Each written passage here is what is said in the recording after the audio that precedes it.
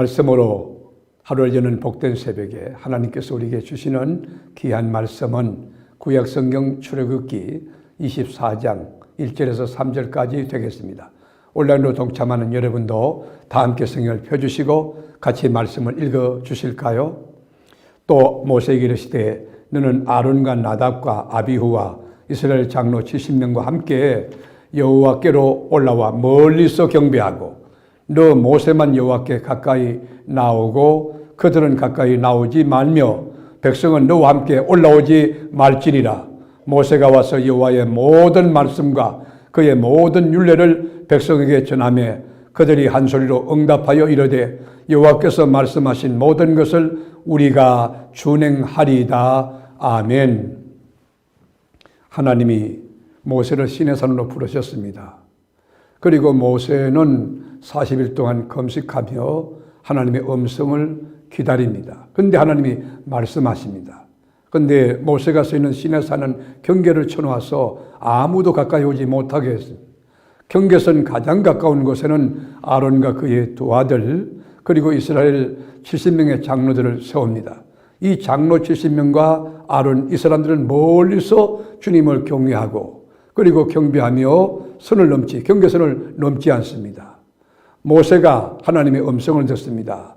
그리고 하나님의 말씀을 받은 그대로 대언하는데 백성들이 한 목소리로 응답하기를 하나님의 말씀대로 준행하겠다고 결단합니다. 3절에 보면 모세가 와서 여호와의 모든 말씀과 그의 모든 율례를 백성에게 전하며 그들이 한 목소리로 한 소리로 응답하여 이르되 여호와께서 말씀하신 모든 것을 우리가 준행하리이다. 그렇게 결단합니다. 여러분, 모세는 하나님께 들은 말씀을 어떤 설명이든지 해석을 붙이지 않았어요. 들은 말씀 그대로 하나님 말씀을 그냥 전하는 거예요.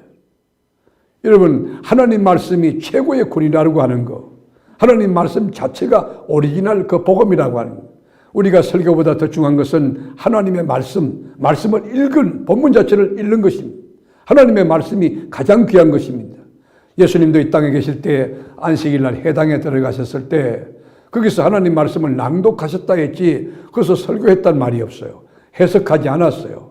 이 말씀이 응하였느니라, 이 말씀대로 되었느니라, 그렇게 말씀하셨던 거예요. 지금도 하나님의 말씀이 그대로 순수하게 훼손되지 않고 이렇게 선포되고 또 낭독되고 건변되어야 될 거예요. 여러분, 하나님 말씀으로 믿는 그 믿음이 얼마나 귀할까요? 하나님은 공동체의 지도자를 세우셨습니다. 그리고 하나님을 가까이 가도록 권고하고 하나님의 말씀으로 그들을 일깨워 가게 되는 것입니다. 그러므로 이 땅에도 지금 가장 좋은 교회는 자신이 이게 전가하는 하나님 말씀 자체가 살아있는 하나님의 말씀을 확신하고 하나님의 말씀을 그대로 가감없이 전하는 것이 신원 전달로 충실한 것이지요. 그래서 미사여구라든지 학적 기법을 쓴다든지 재밌게 하든지 그런 게 아니고 하나님의 말씀이 달든지 쓰든지 또 날카롭든지 또 이 듣기에 순하든지 하나님 말씀을 그대로 전하려고 하는 노력, 그게 중요하다는 것입니다. 교회는 프로그램이 아닌 이벤트가 아닙니다.